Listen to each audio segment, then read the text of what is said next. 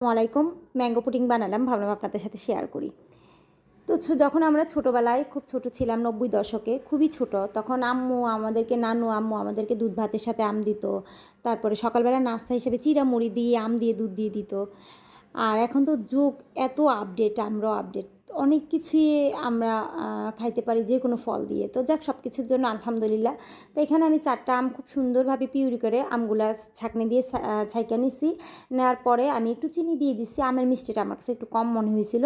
তারপরে 4 চামচ থেকে একটু বড় চামচে আমি 2 চামচ আগার আগার পাউডার দিছি, একটু ফুড কালার দিয়ে আমি খুব ভালোভাবে এটা জাল করে নিতেছি।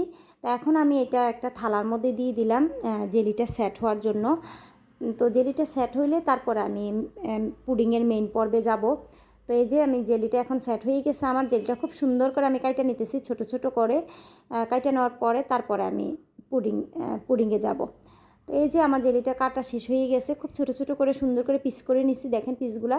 তারপর আমি এই যে 2 কেজি দুধ আমি আলাদা আগে জাল করে রাখছিলাম, কারণ লিকুইড দুধ দিয়ে যদি কোনো কিছু আমরা বানাই তাহলে দুধটা যদি আগে জাল করে ঘন করে রাখি তাহলে আমাদের কাজটা অনেকটা হালকা হয়ে যায়। আর দেখেন আমি গুঁড়া দুধ যেই পরিমাণে দিছি, যে কোনো ডেজার্ট আইটেমে গুঁড়া দুধ না দিলে আমার ভালোই লাগে না। তো আমি তো দিতে লাগলে আমার হোশ থাকে না, আপনারা মানে একটু পরিমাণ মতো দিবেন। আর আমার মতো যদি যারা মানে ফ্লেভার বেশি ভালো মানে আনতে চান তাহলে এরকম বেশি দিয়ে দিবেন।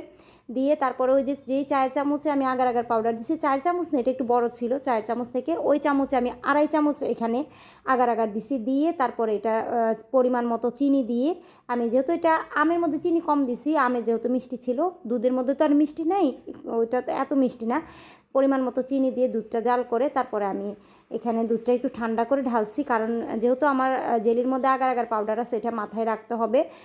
জেলিটা হয়তো গরম দুধটা পড়লে একটু নষ্ট হয়ে যাইতে পারে।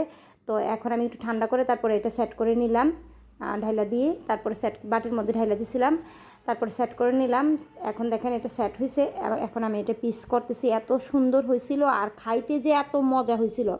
এখন তো সবার ঘরে ঘরে আম, যেহেতু আমের খুব সিজন, অহরহ আম পাওয়া যায় বাজারে, সবার বাসায় বাসায় আম থাকে, সবাই একবার ট্রাই করবেন। হয়তো আগার আগার পাউডারটা থাকে না, দুধ চিনি সবার বাসায় থাকে, আগার আগার পাউডার আপনারা যে কোনো সুপার শপে পাবেন, তো একবার ট্রাই করবেন। আল্লাহ হাফেজ।